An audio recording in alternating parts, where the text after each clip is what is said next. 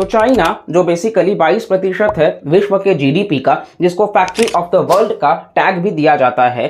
Even 1970 में जिस country के पास में 0 बिलियन का एफडीआई था, वो 2008 में 110 बिलियन का एफडीआई में इजाफा देखने को मिलता है। वहीं जो कंट्री 800 मिलियन लोगों को पॉवर्टी से बाहर निकालती है, वही आज कंट्री 3 मेजर क्राइसिस को जूझ रहा है। पहला है वेल्थ इफेक्ट क्राइसिस, दूसरा है बैंकिंग क्राइसिस जिसमें हम शैडो बैंकिंग को डिस्कस करेंगे, और तीसरा है रियल एस्टेट क्राइसिस। एवरग्रांडे नाम की बहुत ही बड़ी कंपनी है रियल एस्टेट सेक्टर में चाइना के, जो कि अपने आप में बहुत ही बड़ा कंपनी होने के बावजूद उतना ही बड़ा लॉस में आज जा चुका है। तो इन सभी चीज़ों को हम डिटेल में डिस्कस करेंगे। सारे ही टर्म्स को जो इकोनॉमी के हैं आज उसको एकदम क्लियर करके जाएंगे। तो वीडियो काफ़ी इंटरेस्टिंग और इन्फॉर्मेटिव होगा, तो प्लीज़ वीडियो को पूरा देखिएगा, और अगर आपको पसंद आएगा तो लाइक, शेयर और सब्सक्राइब करिएगा। तो चलिए वीडियो की शुरुआत करते हैं। तो साल 1970 में आप देखोगे चाइना जो है वो बेसिकली एक क्लोज्ड इकोनॉमी होती है, जहां पे कम्युनिस्ट जो है माओ जेडोंग के तहत उस पर रूल किया जाता है, और इसी के साथ साथ में आगे चल करके यूएस का सहारा लेकर के वो कैपिटलिज्म को प्रमोट करते हैं, यानी कि इन्वेस्टमेंट बेस्ड मॉडल को तैयार करते हैं, जिसके वजह से आप देखोगे कि चाइना का ग्रोथ जो है वो काफ़ी ज़्यादा होता है। लेकिन वर्ष 2008 में फाइनेंशियल क्राइसिस होता है यूएस में, जिसका प्रभाव जो है वो विश्व स्तर में आपको देखने को मिलेगा।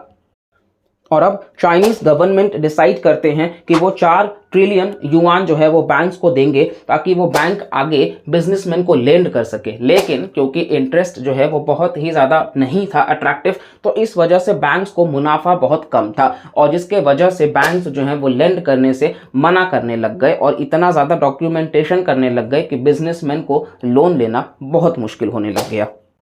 इवन चाइना में आप देखोगे लैंड जो है वो स्टेट ओनरशिप के कंट्रोल में है, तो इस वजह से यहाँ पर भी स्टेट का नियंत्रण काफ़ी ज़्यादा था। और अब क्योंकि लोन मिल नहीं रहा था बिजनेसमैन को, तो इस चीज़ को आगे बढ़ाने के लिए शैडो बैंकिंग को जन्म दिया जाता है। दरअसल शैडो बैंकिंग कुछ भी नहीं है, ये उन लीडर्स के द्वारा चलाया जाता है जो बेसिकली करप्शन में इन्वॉल्व है। चाइना में भी आप देखोगे तो करप्शन बहुत ही ज़्यादा है, तो उन्हीं लीडर्स का पैसा इस बैंक में इस्तेमाल किया जाता है, और कई बार प्राइवेट बैंक्स भी जो हैं वो ज़्यादा इंटरेस्ट चार्ज करके वो लोन देना चालू कर दिए।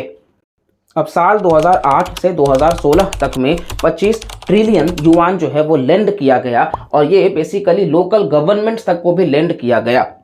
तो अब आखिर ये लोकल गवर्नमेंट का क्या माजरा है? तो बेसिकली आप देखोगे तो कहीं ना कहीं चाइना के जो सेंट्रल गवर्नमेंट है उन्होंने लोकल गवर्नमेंट को भी टारगेट दिया, और कहा कि आप इन्वेस्टमेंट करिए, इससे आपको हम आगे मुनाफा पहुंचाएंगे।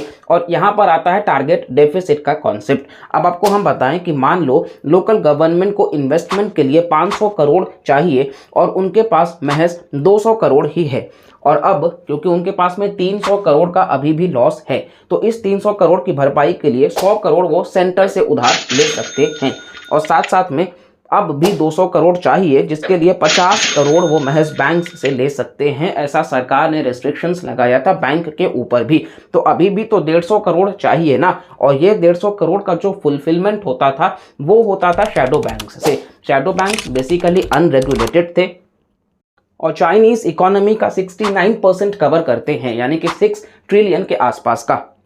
तो आगे चल करके चाइनीज गवर्नमेंट ने डी लेवरेजिंग का कॉन्सेप्ट लाया, और अब शैडो बैंक्स जो हैं वो कंप्लीटली हट चुके थे। तो थोड़ा बहुत जो चाइनीज इकोनॉमी उस समय आगे बढ़ा था वो वापस से अब क्राइसिस में आ चुका था, क्योंकि शैडो बैंकिंग नहीं थे और बैंक्स को लोन देने से रेस्ट्रिक्शंस दिया गया था। अब हम सेकेंड क्राइसिस पे आते हैं, जो कि रियल एस्टेट है, यानी कि प्रॉपर्टी। तो रियल एस्टेट सेक्टर में क्योंकि ये अनरेगुलेटेड थे, और अब यहाँ पे शैडो बैंक्स नहीं थे, बैंक्स से लोन लेने में वापस से समस्या आ रही थी, तो अब इन लोगों ने बेसिकली आपको देखने को मिलेगा कि प्री कंस्ट्रक्शन सेल्स चालू कर दिया, यानी कि बिल्डिंग तैयार होने से पहले उसको बेचा जाए। अब अगर एक फ्लैट की कीमत 1 करोड़ रुपए है, तो उस पर 20% डिस्काउंट, यानी कि उसको 80 लाख रुपए में वो तत्कालीन बेचते थे, अगर कोई संग संग EMI बना करके उसका डाउन पेमेंट करके पेमेंट चालू कर दे। तो ऐसा लोगों ने बिल्कुल किया क्योंकि उनको लगा कि घर के साथ अब वो 20 लाख बहुत बड़ा होता है, वो गाड़ी भी परचेज कर सकते हैं। तो उन लोगों ने यही किया और इन रियल एस्टेट बिल्डर्स के पास में कैश भी आने लगा। लेकिन जब इनके पास में कैश आने लगा तो वो उस पैसे को अब नए प्रोजेक्ट्स में लगाने लग गए, यानी कि जो ओल्ड प्रोजेक्ट्स थे जिसके लिए उन्होंने पैसा लिया था वो इनकम्प्लीट रह गया और नए प्रोजेक्ट्स को वो चालू कर दिए। और फिर जब लोगों को समझ आया तो लोग बैंक्स में गए और बैंक्स ने कहा कि बेसिकली आपने रियल एस्टेट से परचेस किया था, ईएमआई आपने उनको भरा था, तो आप उनको पकड़िए। और इस वजह से आज आपको देखने को मिलेगा कि चाइना में इनको घोस्ट सिटीज भी कहा जा रहा है, क्योंकि यहाँ पर ये अंडर कंस्ट्रक्शन में ही थे और कंप्लीट नहीं हो पाए थे, तो इस वजह से यहाँ पर कोई रहने वाला नहीं है।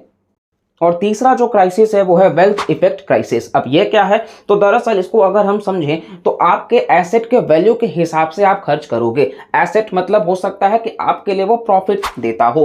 अब अगर आपके एसेट का, मान लो आपका घर है, उसका जो प्राइस है वो अगर आपको बढ़ के मिलेगा तो जाहिर सी बात है आपका जो एक्सपेंडिचर होगा वो बढ़ेगा। लेकिन अगर आपके घर की कीमत जो है वो कम होगी तो आपका जो एक्सपेंडिचर है वो भी कम होगा।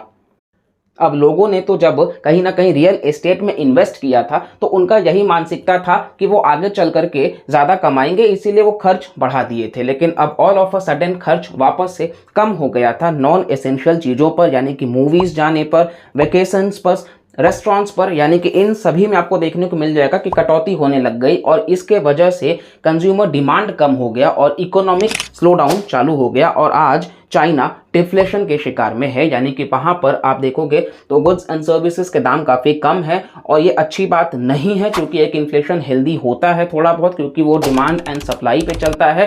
लेकिन आज अगर आप देखोगे डिमांड ही नहीं होगा तो फिर कोई सप्लाई करेगा ही क्यों। अगर डिमांड 5 का ही है तो फिर आप देखोगे सप्लाई में 10 रहेगा तो फिर अगेन वो सप्लाई होगा नहीं, यानी कि आगे बेरोजगारी बढ़ेगा। और इस वजह से चाइना में अनएम्प्लॉयमेंट भी बढ़ रहा है क्योंकि डिमांड नहीं है, तो फिर प्रोडक्शन ठप पड़ा हुआ है। और साथ साथ आप देखोगे जब कोविड-19 पैंडेमिक आया था तब भी चाइना ने जीरो कोविड पॉलिसी अपनाई थी, जिसके वजह से कहीं ना कहीं लॉकडाउन लगा और वहाँ जो भी कंपनीज वहाँ पे मैन्युफैक्चरिंग का काम करते थे वो भी अब बाहर निकलने लग गए हैं, जिसमें भारत और बांग्लादेश जो हैं वो टॉप मोस्ट पोजिशन पे आपको देखने को मिल जाएंगे, इंक्लूडिंग वियतनाम। बाकी इसको अगर आप डिटेल में जानना चाहते हो तो हमारे चैनल पर ही किया गया वीडियो है कि किस प्रकार से भारत रिप्लेस कर सकता है चाइना को as manufacturing hub of the world. और अगर हम लेसन्स की बात करें कि हम क्या सीख सकते हैं, तो सबसे पहला बात तो ये है कि लैक ऑफ ट्रांसपेरेंसी। यहाँ पर आप देखोगे तो ट्रांसपेरेंसी नहीं था, कोई किसी को लेकर के अकाउंटेबल नहीं था, तो इस वजह से ये प्रॉब्लम आपको देखने को मिला। दूसरी तरफ आप देखोगे तो गवर्नमेंट को इंटरफेयर नहीं करना चाहिए फ्री मार्केट में। अब यहाँ चाइना में क्या हुआ कि वो आर्टिफिशियली इन्फ्लेशन लाने की कोशिश किए, जिसके वजह से चीज़ें थोड़ा बहुत तो ट्रैक पे आया, लेकिन लॉन्ग टर्म में सबको पता था कि 2008 के बाद से चाइना जो है वो कहीं ना कहीं गिरता जाएगा। और इस वजह से भारत ने तब से ही कहीं ना कहीं कदम बढ़ाना चालू कर दिया था, जिसमें हमने एफडीआई नॉर्म्स को लिबरल किया, इसी के साथ साथ में पीएलआई स्कीम को लाया कि डोमेस्टिक मैन्युफैक्चरिंग को बढ़ावा दिया जा सके। और भारत को अपने लोगों को स्किल एनहांस करने की ज़रूरत है, जिसके लिए प्रधानमंत्री स्किल मिशन भी चलाया जाता है। और भारत क्योंकि फेवरेट डेस्टिनेशन हो सकता है तो हमको प्रिपेयर्ड रहना होगा, क्योंकि डेमोग्राफिक डिविडेंड है भारत में, तो इसका हमको बेहतरीन इस्तेमाल करना है। हालांकि अभी भी एक चीज़ है जहां पर चाइना भारत को पीछे नहीं कर सकता है, और इस वजह से भारत सरकार मेक इन इंडिया, आत्मनिर्भर भारत पर भी काफ़ी ज़्यादा फोकस दे रहा है। और इसी के साथ साथ में हम चाइनीज़ गुड्स के ऊपर एंटी डंपिंग ड्यूटी भी लगाते हैं, ताकि चाइनीज़ गुड्स भारत में कहीं ना कहीं वो डंप जो करते हैं वो ना करें। और इसी के साथ साथ में आप देखोगे तो स्टिल एक जगह है जहां भारत शायद चाइना को बीट ना कर सके, वो क्या है, तो बेसिकली हम अगला वीडियो में ज़रूर उसको कवर करेंगे। इस वीडियो से सिर्फ इतना ही। अगर आपको वीडियो पसंद आया हो तो प्लीज़ लाइक करिएगा, चैनल को सब्सक्राइब करिएगा, कमेंट भी करके ज़रूर बताइएगा और मैक्सिमम लोगों तक शेयर करिएगा। और आप सबसे रिक्वेस्ट है कि वीडियोस को पूरा देखा करिए और सब्सक्राइब करके ही जाइए, ताकि आपको ऐसे बेहतरीन कंटेंट जो हैं वो मिल सकें और आप इसको ग्रैब कर सकें। तो आई होप आपको ये पसंद आया होगा। तो चलिए मिलते हैं अगले वीडियो में, तब तक के लिए bye bye, take care and जय हिंद।